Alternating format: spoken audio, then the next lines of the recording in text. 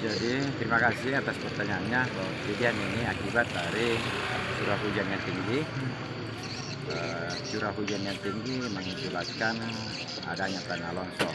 Nah, dari kejadian ini mendapat informasi dari berbagai sumber dari warga masyarakat setempat bahwa ketika ketiga korban ini ada sementara melintas dan pas terjadi tanah longsor, sehingga ketiga orang atas nama Katku, Sangkala dan Wahyu yang Sales katanya Sales dari Indomarko. Kita belum tahu pasti karena kita belum punya identitas apakah dia dari Sales Bantaeng ataukah dari Sales Indomarko Kabupaten Bulukumba. Untuk kejadian sendiri itu kapan? Kejadiannya hari ini, diperkirakan sekitar jam 13.00. Itu akibat karena curah hujan yang tinggi. Kabarnya ini sudah ada satu dari korban yang dicari ini sudah sempat ditemukan. Iya, sudah ada atas nama Kaku, itu sudah ditemukan sekitar jam-jam 4. Itu sudah jam 4 lebih sudah ditemukan satu orang. Namun dua orang ini masih dilakukan proses pencarian.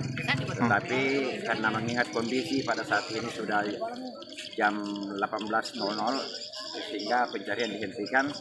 Dan insya Allah besok tim Search and Rescue atau tim SAR gabungan dari Kabupaten Bantaeng dan Makassar itu akan bekerja sama dengan BPBD Kabupaten Jeneponto untuk melakukan penyisiran di sekitar bantaran sungai untuk mencari dua korban berikutnya.